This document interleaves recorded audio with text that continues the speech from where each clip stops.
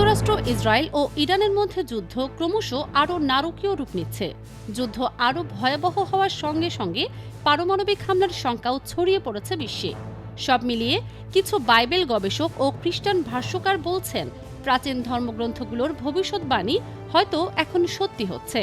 ইরানের সর্বোচ্চ নেতা আয়াতুল্লাহ আলী খামেনি নিহত হবার পর একাধিক ধর্মীয় বিশ্লেষক বাইবেলের বিভিন্ন অংশের দিকে দৃষ্টি আকর্ষণ করেছেন। ম্যাথু রচিত সুসমাচারের ২৪তম অধ্যায়ের ৬ষ্ঠ ও ৭ম পদে যিশুর উদ্ধৃতি দিয়ে বলা হয়েছে, তোমরা যুদ্ধ ও যুদ্ধের গুজব শুনবে, কিন্তু ভয় পেও না, এসব ঘটতেই হবে। তবে শেষ এখনো আসেনি। জাতির বিরুদ্ধে জাতি এবং রাজ্যের বিরুদ্ধে রাজ্য উঠবে।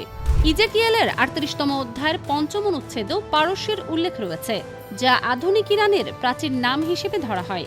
এই অনুচ্ছেদে বলা আছে, পারস্য, কুশ ও পুট সবাই ঢাল ও শিরস্ত্রাণ নিয়ে থাকবে। ধর্মীয় বিশ্লেষকরা বলছেন, এই ভবিষ্যৎবাণী শেষ জামানায় ইসরায়েলের বিরুদ্ধে একটি জোট গঠনের কথা বলছে।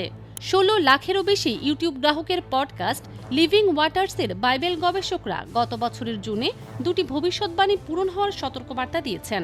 প্রথমটি হল থেসালোনিকীয়র ৫ম অধ্যায়ের ৩য় পদ, যেখানে পল লিখেছেন, যখন মানুষ বলছে শান্তি ও নিরাপত্তা, তখনই হঠাৎ বিনাশ আসবে।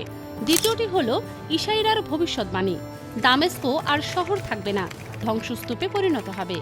গবেষকরা উল্লেখ করেছেন, ইরানের পারমাণবিক স্থাপনায় বোমা হামলার পর ট্রাম্প এখনই শান্তির সময় বলে পোস্ট দিয়েছেন।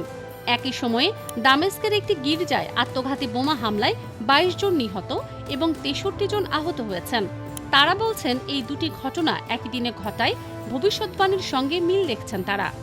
ধর্মীয় গবেষকরা বলেছেন, বিশ্বে শান্তির আহ্বান অনেকের কাছে শেষ দিনের ভবিষ্যৎবাণীর চিহ্ন হিসেবে বিবেচিত। তারা আরও সতর্ক করেছেন, বৈশ্বিক অস্থিরতা যখন ক্রমেই বেড়ে চলেছে, তখন এই শান্তির নতুন ডাকে অনেক মিথ্যা নিরাপত্তাবোধ পেয়ে বসতে পারে মানুষকে, অথচ পরিস্থিতি বলছে সম্পূর্ণ উল্টো কথা। তবে উল্লেখ্য, এসব ভবিষ্যৎবাণীর ব্যাখ্যা ধর্মীয় বিশ্লেষকদের নিজস্ব মতামত। বেশিরভাগ ধর্মতাত্ত্বিক ঐতিহাসিকভাবেই এই ধরনের ব্যাখ্যার বিষয়ে সতর্কতা অবলম্বন করেন। ফারজানা মৌসুমী, দুতিয়াল।